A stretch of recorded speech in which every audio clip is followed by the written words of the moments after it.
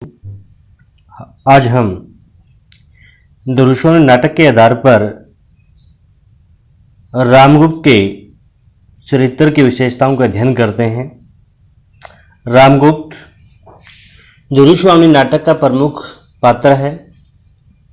उसे नाटक का प्रमुख प्रतिनायक कहा जा सकता है। वह छल कपट से राजा का उत्तराधिकारी बनकर राजगद्दी हथिया लेता है। इतना ही नहीं, वह अपने छोटे भाई की जो वाग्दत्ता के साथ बलपूर्वक विवाह भी कर लेता है। वह एक मद्यप है, कायर एवं विलासी राजा सिद्ध होता है। वह हर प्रकार से अयोग्य होने के कारण अपने कुल और राष्ट्र के गौरव को मिट्टी में मिला देता है। उसके राजकाज में कोई रुचि नहीं। वह दिन रात विलासिता में लीन रहता है। उसे चरित्र की अनेक विशेषताएं हैं। पहली जो विशेषता है, ये संकालु राजा है। आपको पता है कि संकालु है, कदम कदम पर शंका करता है। रामगुप्त संकालु प्रवृत्ति वाला व्यक्ति है। वह सदैव सबके प्रति मन में शंका एवं संदेह का भाव रखता है। यही कारण है कि वह राज परिवार के सदस्यों के विषय में ऐसा ही सोचता है, मेरे राजदंड ग्रहण कर लेने से पुरोहित, अमात्य और सेनापति लोग छिपा हुआ विद्रोह भाव रखते हैं। इसी कारण वह दुरुशोनी के विषय में कहता है, जो चंद्रगुप्त से प्रेम करेगी वह स्त्री न जाने कब चोट कर बैठे, भीतर ही भीतर न जाने कितने कुचक्कर घूमने लगेंगे। ये सब विचार उसके संकालु होने को सिद्ध करते हैं।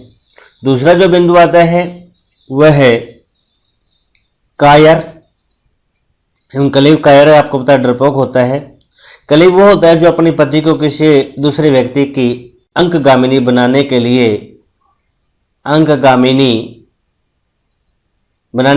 भेज देता, उपहार स्वरूप भेज देता, उसे बोलते हैं कलीब।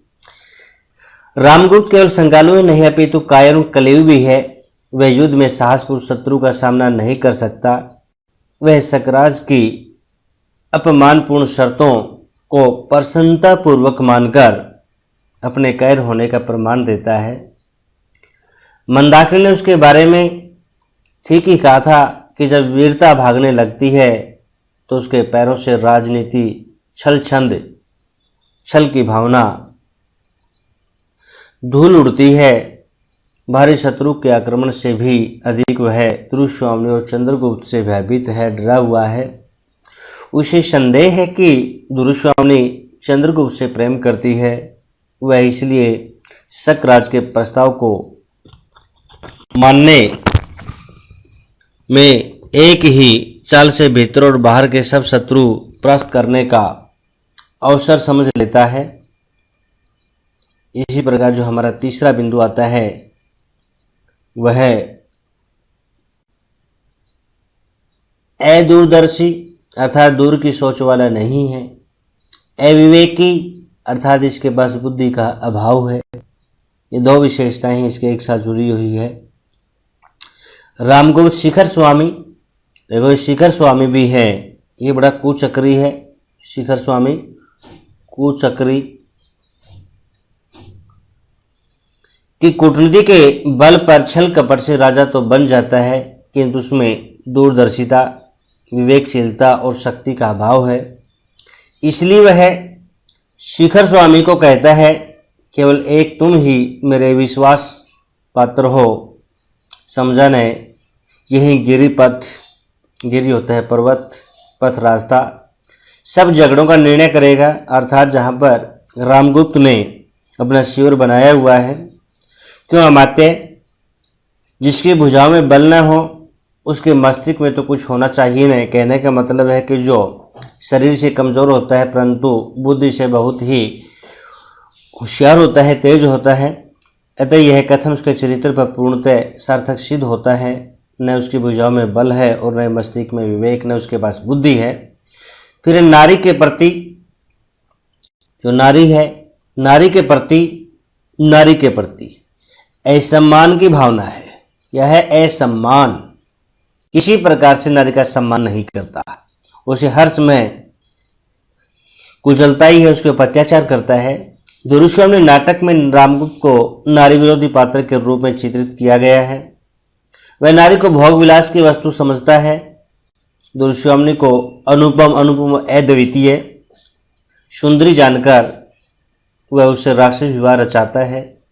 राक्षस विवाह होता है जो किसी के मर्जी के खिलाफ हो, किंतु दुर्योधन की उपेक्षा से वह संदेह से भर जाता है। उसके मन में नारी सम्मान का कोई भाव नहीं है और समर्पण के लिए प्रस्तुत होने पर भी अपनी पत्नी की पुकार नहीं सुनता। वह उसके प्रति कर्तव्य से मुंह मोड़कर कहता है, मैंने विवाह मंडप में कोई प्रतिज्ञा नहीं की, मैं तो उस दिन द्राक्षाओं में डुबकी ले रहा था, अर्थात मैं तो शराब पी रहा था। पुरोहितों ने न जाने क्या क्या पढ़ दिया होगा। वह दुर्योधन को उपहार की वस्तु मानता है। उसके बाद आता है विलासी। विलास करने वाला है एवं कामुक प्रवृत्ति का है। वह नर्तकियों में हमेशा ही शराब का सेवन करता है, उनका मुजरा देखता है, नाच देखता रहता है। रामगो अत्यंत विलासी एवं कामुक व्यक्ति है जो दिग्विजय, संसार के ऊपर विजय करने के लिए उत्तरगिरी के ऊपर जाकर भी केवल नाच गाने और मदिरा पान में व्यस्त रहता है। वह इतना शराबी है कि उसका विवाह भी शराब के नशे की दशा में हुआ था। तभी तो वह दुर्योधन के समक्ष इस तथ्य को स्वीकार करता है। वह नारी को अपनी विलासिता का साधन समझता है। वह दुर्योधन को पत्नी समझकर उसके प्रति अपने कर्तव्यों को नहीं निभाता। उसके बाद आता है अयोग्य। आपने पूरे नाटक में देखा है कि अयोग्य है, उसके अंदर राज करने के लिए, शासन चलाने के लिए शासन चलाने की योग्यता नहीं है, इसलिए इसको अयोग्य बोलते हैं। असफल भी रहा, उसने कहीं भी सफलता हासिल नहीं की। रामगुप्त के लिए अयोग्य में असफल राजा सिद्ध होता है। वह सकराज से अपने शिविर की रक्षा नहीं कर सकता। वह सकराज के प्रस्ताव को स्वीकार करके अपनी पत्नी दुर्योधन को उपहार रूप में देने के लिए तैयार हो जाता है। जब चंद्रगुप्त सकराज को मारकर विजय प्राप्त करता है तो रामगुप्त वहां पहुंचकर उन्हें बधाई देने जाता है।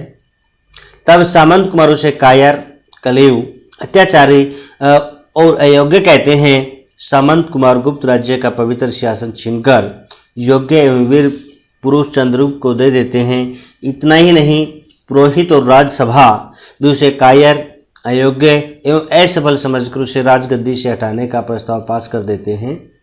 उसके बाद आते हैं, 7वां बिंदु है क्रूर, बड़ा ही निर्दयी है, नृशंस है, अत्याचारी है, किसी प्रकार की दया की भावना इसके अंदर नहीं है। रामगुप्त एक विलासी एवं कामुक ही नहीं अपितु क्रूर एवं निर्दयी व्यक्ति भी है। उसकी अयोग्यता व असफलताओं ने ही उसकी मनोवृत्ति को क्रूर एवं हिंसक बना दिया। यही कारण है कि वह दुर्योधन और चंद्रगुप्त से छुटकारा पाना चाहता है। तभी वह आचार्य मिहिरदेव और कोमा का अपने सैनिकों द्वारा वध करवा डालता है। वह सामंत कुमारों, चंद्रगुप्त और पुरोहित को भी बंदी बना लेता है। जब वह चारों ओर से असफल हो जाता है तो चंद्रगुप्त पर पीछे से कटार का वार करता है, किंतु उसकी वह योजना भी तभी विफल हो जाती है जब एक सामंत कुमार उस पर आक्रमण करके उसका वध कर डालता है। उसके बाद हम इसके विवेचन की ओर चलते हैं। उपर्युक्त विवेचन से सिद्ध होता है रामगुप्त एक अयोग्य, कायर, कलेव, क्रूर तथा निर्दयी शासक हैं। उसके मन में राष्ट्रीय गौरव और नारी सम्मान का कोई महत्व नहीं। वह विलासी है और कामुक व्यक्ति है, पर कीमत पर अपनी विलासिता और कामुकता की पूर्ति करना चाहता है। उसी नाटक में खलनायक के रूप में प्रस्तुत किया गया है। खलनायक की भांति वह अंत तक अपनी दुष्टता को नहीं त्यागता। उसकी योग्यता एवं असफलताओं के कारण उसे राज सिंहासन से हटा दिया जाता है। इन बातों के साथ हम रामगुप्त की अयोग्यता, दूरदर्शी, विवेकी, कलियुग, क्रूर, निर्दयी, अनेक प्रकार से इसको अयोग्य घोषित करते हैं। संकालु प्रवृत्ति का व्यक्ति मानते हैं। राज या शासन को चलाने में ऐसी थोड़ी सी भी बुद्धि का प्रयोग नहीं करता, बड़ा ही डरपोक है। और नारी सम्मान तो इसके जहन में कहीं पर भी हमें दिखाई नहीं देता। वह तो कामुक प्रवृत्ति वाले व्यक्ति होने के साथ हमेशा ही नर्तियों के साथ विलास करता है और शराब की डुबकी लगाए रहता है। और तो ज़्यादा क्या बताएं कि इसने जब इसकी दुर्स्वामिनी से शादी की तब भी है शराब के नशे में धुत था और पुरोहित ने न जाने कौन कौन से मंत्रों का उच्चारण कर दिया, इसको किसी बात का भी पता नहीं है। अर्थात वह दुर्स्वामिनी को भी अपनी पत्नी मानने से इनकार कर देता है।